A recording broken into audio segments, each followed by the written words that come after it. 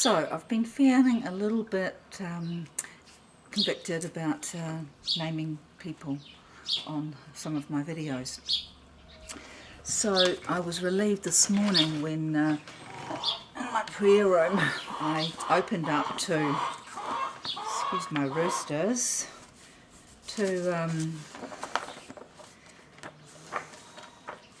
Leviticus. Well, my Bible's actually opened at that page, which I thought was quite interesting considering I had been reading the same things that it speaks of there in this Mystery of Mazzaroth by Tim Warner, in which I found a really interesting bit of information that I wanted to pass on, and which became really sort of significant last night, as I just know TVNZ is just pulling out all the stops and signalling everybody. So last night I was, I noticed a program on the news, a story about a woman in Australia whose house had been taken over by bees. Swarms of bees had built their colony inside all her walls. And my first thought was, wow, because my husband's a beekeeper, so we sort of had some sort of idea how long it would take to build that sort of colony. I mean, literally all her walls were just absolutely full of honeycomb. And I thought, well, either she's a much worse housekeeper than me, or she's deaf, or she has a TV very loud, because with that amount of bees, one would have thought she had heard it earlier. So I was then thinking, well, given the David Attenborough story on the dragon on the eve of the night of the Virgin sign, Revelation Virgin sign in the heavens, and the election in New Zealand, that there was more going on, and that this too was a message to the elite. And so, as the Lord leads me so often, so I'm having to do another video, I just happened to look up in this book, and what do I find but the beehive star cluster. For any of you that don't know, that in New Zealand our Parliament buildings is an iconic beehive. So, and I have long believed that we are very important in the Masonic scheme of things. I have noticed, like Wanganui, our city, is the hills there are in the shape of the Orion star system, and I've done videos about the Masonic fingerprints, that our city centre is based on the same layout as Washington DC and Rome. So I have long believed that it's a sister city where the Masons and the elites do their they have mirror. They can't do certain things in these more obvious temples that they have, so they will do the more obvious bit in a mirror temple somewhere on the other side of the planet, and they use the ley lines and all that. I can't pretend to sort of know all about this, and I haven't got time to look into it. So basically I just put out what the Lord leads me to in my childlike way, because that is how he says that we have to come to him. So I'll just talk a little bit about this here, because it seems like, as I have believed for a long time, that not only are the elites being signalled to come here, but that it's well known, that the Rothschilds and the and the like have had their bunkers here for a long time, and even like filmmakers who have done these films predicting the end, they have all come here to New Zealand. So this is what it just says here. There is one other star cluster within the zodiac which is visible to the naked eye, because it looks like a cluster of bees swarming around their hive, but its ancient Greek name was Fatnae. Don't know how to say that. In both Greek and Latin, the name of the star cluster means feeding trough. It is the word rendered manger. in Luke's Gospel referring to the animal feeding trough used for Jesus' cradle. Kittel says this word was also used in secular Greek to refer to the feeding place of the soldiers' campsite, the mess tent. Why would we have a feeding trough pictured in the midst of cancer? The answer is to be found in John's vision of Hydra's persecution of Virgo in the last days. Revelation 12:6, 14 to 16. Then the woman fled into the wilderness, where she has a place prepared by God that they should feed her there 1,260 days. But the woman was given 2 wings of a great eagle, that she might fly into the wilderness to her place, where she is nourished for a time and times and half a time from the presence of the serpent. So the serpent spewed water out of his mouth like a flood after the woman, that he might cause her to be carried away by the flood. But the earth helped the woman, and the earth opened its mouth and swallowed up the flood which the dragon had spewed out of its mouth. Virgo, Sarah in brackets, is the mother of the Redeemer, the man-child. She is also the mother of the redeemed, consisting of all who are Abraham's seed through baptism into Jesus Christ. She is given the wings of an eagle to fly into the wilderness to a place of feeding, where she might be nourished during the Great Tribulation. The feeding trough, a star cluster, represents the place of safety and nourishment in the wilderness to which she flees. As Isaiah said, "Come, my people, enter your chambers and shut your doors behind you. Hide yourself, as it were, for a little moment, until the indignation is past. For behold, the Lord comes out of his place to punish the inhabitants of the earth for their iniquity." Immediately after this little moment has passed, Jesus will punish Leviathan, the fleeing serpent, Leviathan, that twisted serpent, and he will slay the reptile that is in the sea. Oh, excuse me, I twisted my ankle and it's, agony. Oh, sorry about that. For now, the location of the place prepared by God is a secret. It will be revealed at the proper time by the 2 witnesses who prophesy during the last days. Those who are watching as Jesus commanded will take heed and flee, just to be sure to remember Lot's wife. Okay, so that's all he says there about that. And okay, so I didn't say, but in Leviticus, so I had this dream about, which the song "Wake Me Up When September Ends" was very, very strong. And I only know that dream through the Renee Moses Rapture videos, and even after I had done a video, in the end it stayed with me for a couple of days, and in the end I had to get up at 2:45 to make a video because it just wouldn't, I couldn't get it out of my head. But then strangely, after I had made that video, a couple of days later, I tried to remember that song, and I couldn't for the life of me. So I knew that it is the Lord talking to me, and I have had many words from the Lord since, especially I should say, since I had the 2 owl dreams, early last year.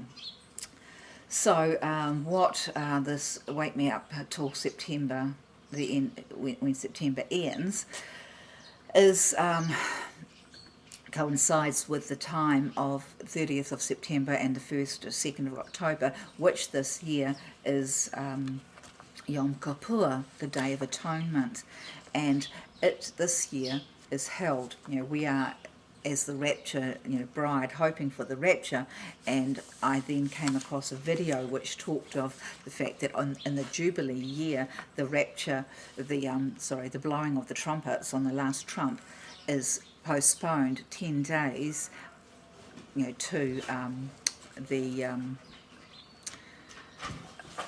to the Rosh Hashanah will then be actually blown on 10 days later, which takes it to the Day of Atonement. So that means that Rosh Hashanah and the Day of Atonement are on the same day.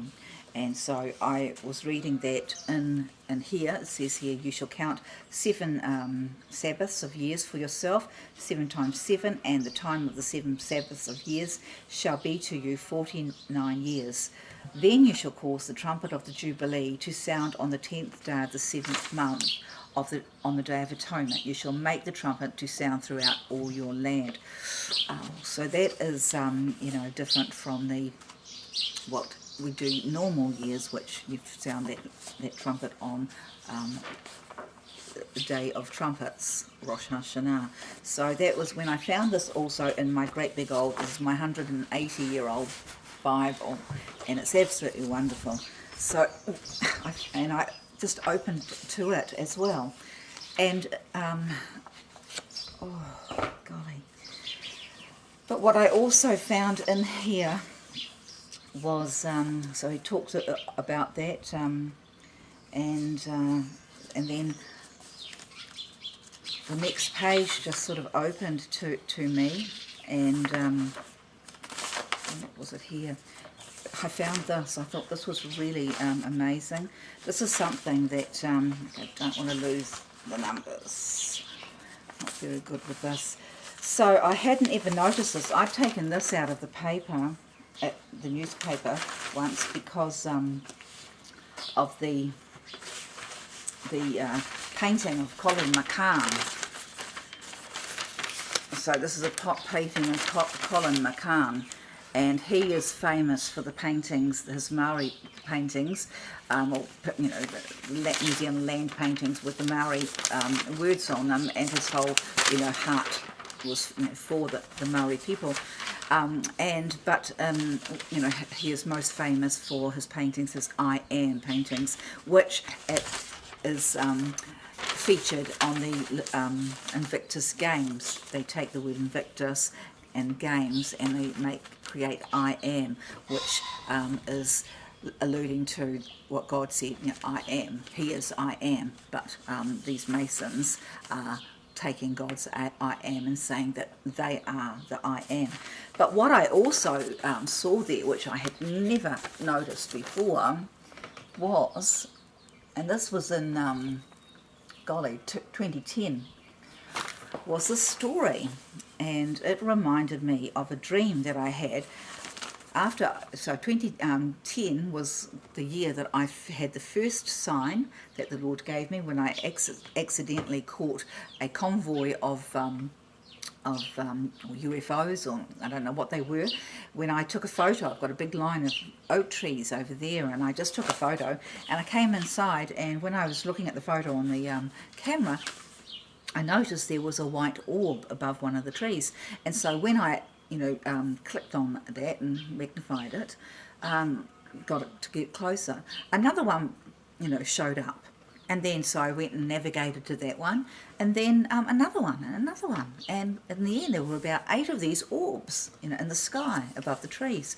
So that was the first thing that I'd noticed. And then the next year, 2011, on my birthday on Sukkot, I had this amazing orb just turn up right in front of this veranda here, and I speculated then that it was a sign of the rapture, and as it was on my birthday as well, and it was Sukkot, and so I put a video up about that. It was about 2/3 the size of the moon, and it stayed there for a long time, and when you actually when you magnified and zoomed in, there's this distinct rainbow coloured centre core in it, and so people, a couple of people have said, oh, it's just the moon. It certainly isn't the moon. People don't get out of their spa after they've been celebrating, drinking wine, having a good time on their birthday, and sit out half naked to film up the moon.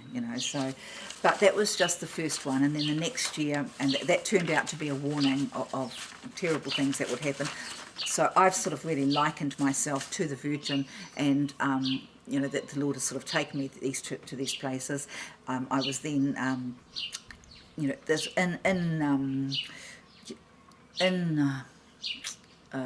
well, what's the word for it?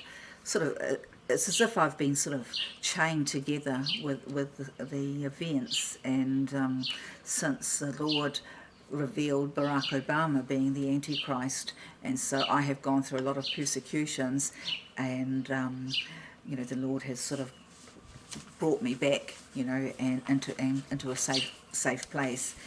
Just like the woman in the wilderness, and I actually likened it to the first showing of the Revelation sign, which was in 2012 on October the 16th. On, I think it was Feast of Trumpets then. I'm not too sure what feast it was, but it was that happened 5 days or 6 days after I had my second amazing sign, which I have called the Revelation 4 and 10 sign, a throne set in heaven. And in that one you can actually see the face. It's a rainbow, a cloud, a diamond-shaped cloud, and in it you can actually see the face of the lamb, a face of somebody as well, and a roaring lion, and yeah, and it was really amazing, and in front of witnesses and these people that are just talking about it, you know. It has to be understood that these were not my friends, you know, so they were all seeing it, you know, what we went through in that place. We lost everything we owned, and it was a miracle that the Lord, you know, got us home again.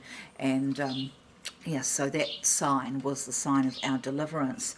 So yeah, so I sort of see myself as a funny sort of prototype, I don't know how, but anyway, so what was really significant about that time was that I had a dream, and in the dream it was it was actually more like a vision, and it was, I was on my way home from that place, Tairua, and I came past Taupo, you know, is a place in New Zealand where there's a huge lake, and I saw like a cloud of smoke, and I heard the, you know, words, "This is the beginning," you know, "This is the beginning." And this sort of dream has happened to me once before when I came back from Cambridge, and I heard the words in this dream, "You are Noah." I saw the beautiful blue hills, gorgeous purpley blue hills, you know, which weren't really my hometown, but that's, you know, what the Lord showed it to me as, these beautiful purple blue hills. And I heard the words, you know, "I am Noah." And so when I had this other one and coming back, this was in 2013, early 2013, and saw the smoke, and it was alerted that this was the beginning, you know, the beginning of the end. So I have been following the Planet X situation, and really believe that that is the Lord coming, and as he comes, the earthquakes, you know, are being caused because of the magnetic, you know, pull. So, but I had a very significant dream, which I have done another video about last year, and it is about it was about a resort place where there were two fans in the sky, and the whole place was absolutely sort of filled with these fans, you know, embedded in everything. And so it had now become a resort. So everywhere in the hotel and all these things, they had the emblem of these two fans as you know, to symbolize this town. So I just naturally thought, because I live, the place where I live here, you know, this is where 81 bodies from the Tangiwai disaster washed up. So that was an eruption then. So I just naturally thought of that eruption, or maybe even Rotorua. But you know, I felt the Lord, it was a very significant time. So, but what I also learned in Planet X is that it comes around through Doug Elwell's book. I learned that it has they're not too sure how long the orbit is. Some say, you know, 3,600 years. You know, I think some go into the 36,000s. You know, that we're not sure. But each time they believe that a huge cataclysm has happened, and that is what has happened in Job's day. So this is what this little story says. It says that I found just today. Amazing.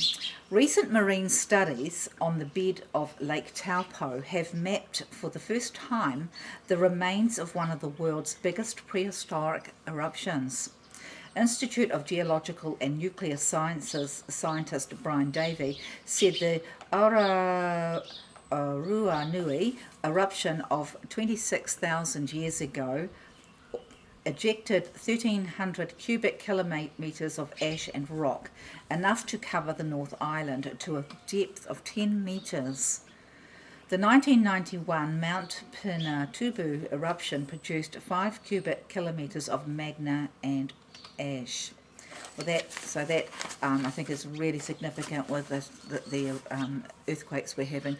But not only that, I did another video late last year talking about, I can't remember the number now, maybe 2,600 or something, that of these earthquakes that were being recorded at Lake Taupo that we were not hearing anything about. I was only hearing about them on the internet. So I think the last thing I just want to say to you here is back to that, what I said in the beginning, how I've had to put out videos when I'm watching this feminism. The feminism and the Queen of Heaven are connected and taking over the church, not only the church but the world. And as somebody whose life was very much, scarred by working women, but my whole family were, very strong women, I have resisted it very strongly, and known that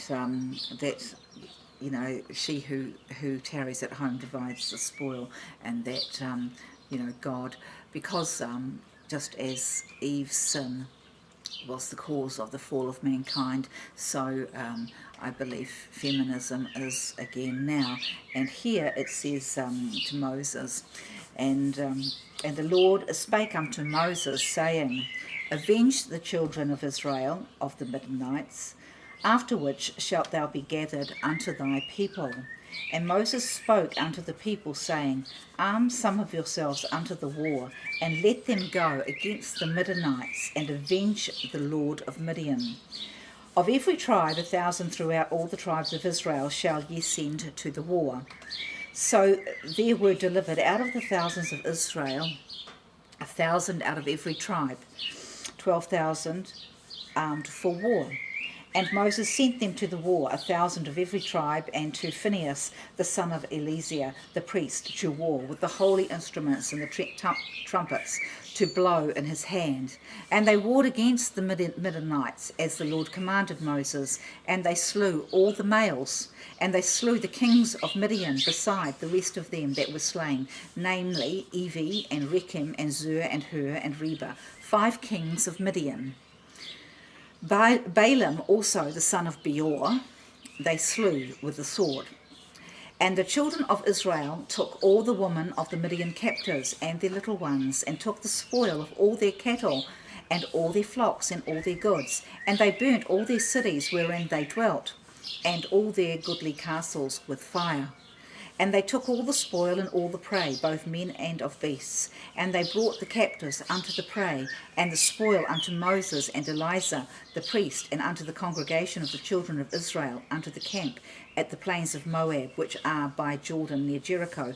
And Moses and Eleazar the priest, and all the princes of the congregation, went forth to meet them without the camp.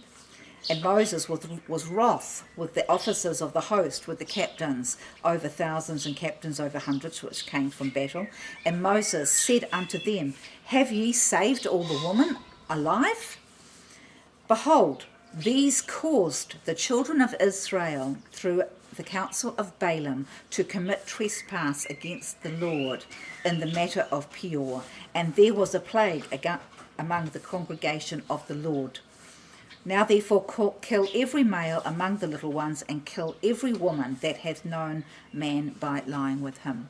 I just say praise the Lord, because that is how I felt. And I had a dream that I've had a couple of things affect me with this. I used to have IDF soldiers come and stay with me here after their service, and Israeli Defence soldiers, and I remember one group and who said to me, and they just said to me, "You're mushy, you're mushy," and I didn't know what that meant, but they just laughed amongst themselves, mushy, mushy.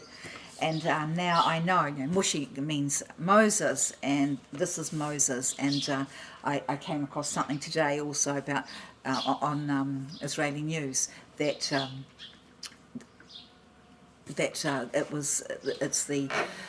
is the heritage of every Jew to be like Moses, that they are to save their people, that it must be the very core of their being, you know, and that is who I am. And you know, my father, my father, both my father was killed when I was 2.5, so I didn't know him or, you know, my family, but I'm so blessed to know that both his grandmothers were not only Jews, but they were also Christians. One was a Lutheran and one was a Anglican.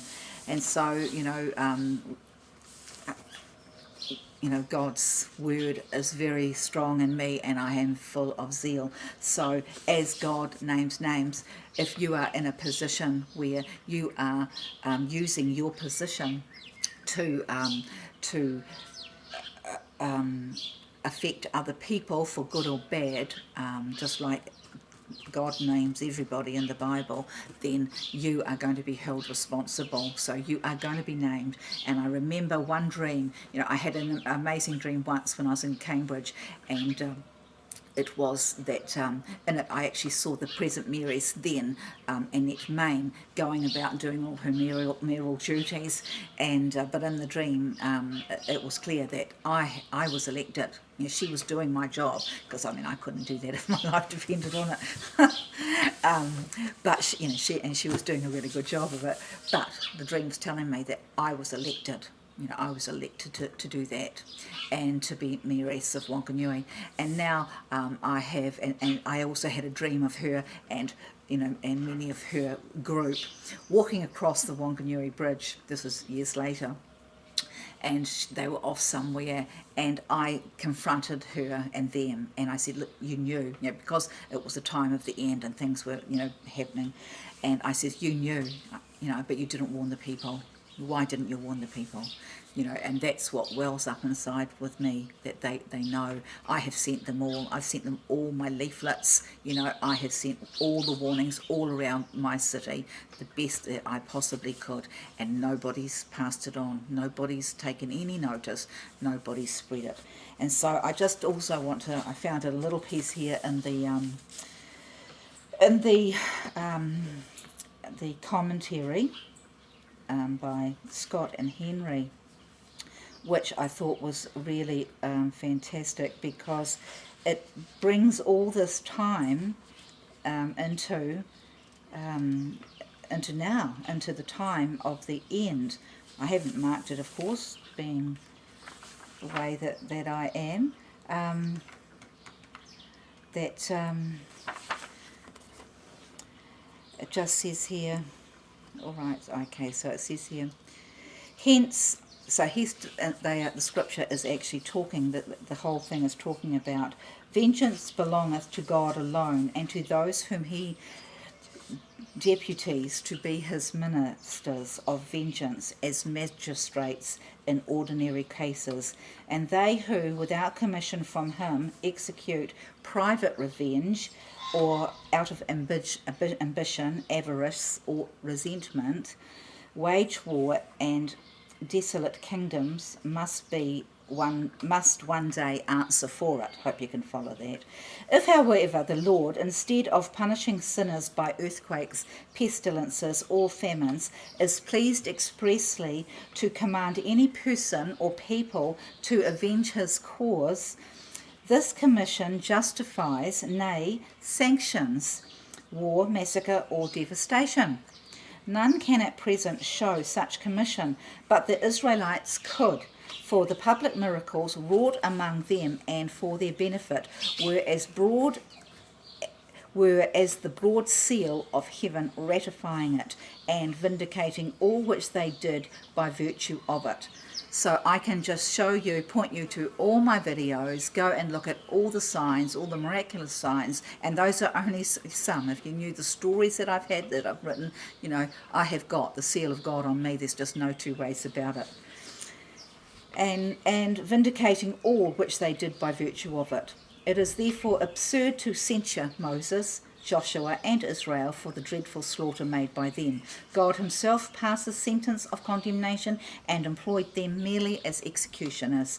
And unless it could be proved that the criminals did not deserve their doom, or that the Lord had no right to punish his rebellious creatures and dispose of them at their property as he pleased, and such objectors only show their enmity to God by becoming the unsolicited advocates of his enemies.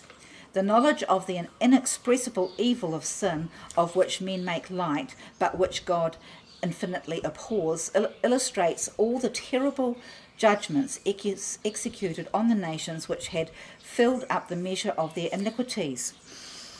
The conduct of the leaders in these wars was regulated by the express command of God, and the executioners were more than once reproved for being too lenient, but never for being too severe. Yet man's natural compassion recoils from the consideration of the slaughter which they made natural,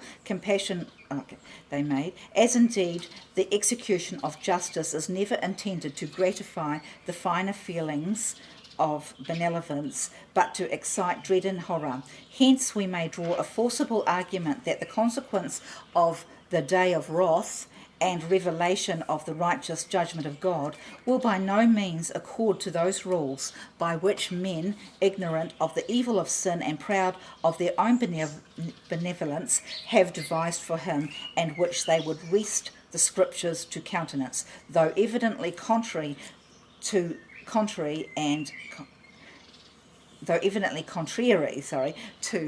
the constant tenor of them.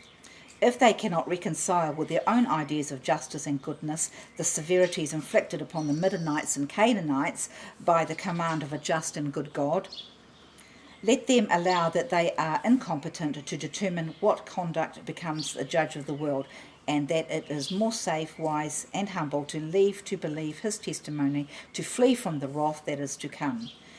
Okay, so there it says it all, and I just want to bring out finally, I hope it's not too long, that Joel it says, the end times, it says, and the sun will be turned to darkness and the moon to blood before the great and terrible day of the Lord.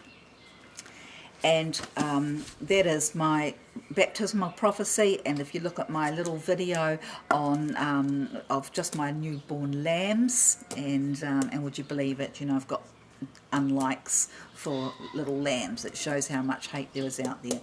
So, but that is, I mean, and the Earl on that video is Joel, so that is the Lord bringing that out to me. But also, I hope to be able to put it on the video, but I may not be able to.